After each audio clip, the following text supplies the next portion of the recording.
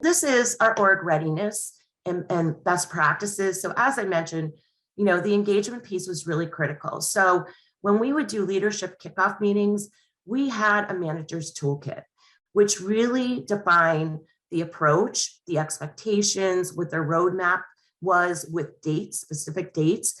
So this really allowed managers to be able to help their staff through this change and really have that clear knowledge of what was going to happen.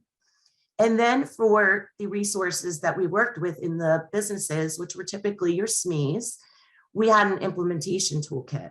So we would have kickoff meetings. We would talk about, the approach of what we needed as they were reviewing their inventory. We established roles and responsibilities. So really, what were their expectations? And then we had working sessions. So we were part of the journey along with them, and that really helped tremendously. And then I talked about, migrating the content. Oh, do you want to go back, Becky?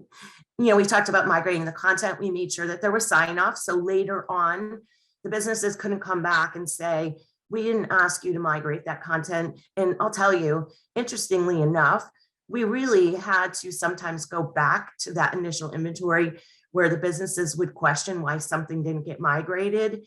And we were able to say, well, you cross this off and said, do not migrate. So that really did save us. And then, we talked about the business checkout and such, and then change management. I just want to reiterate the importance of that, the ongoing communication, the office hours, manager line.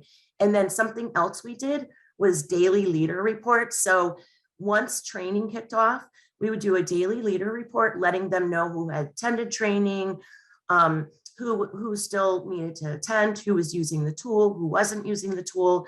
And that really gave some great insight for the individuals that leader needed to address.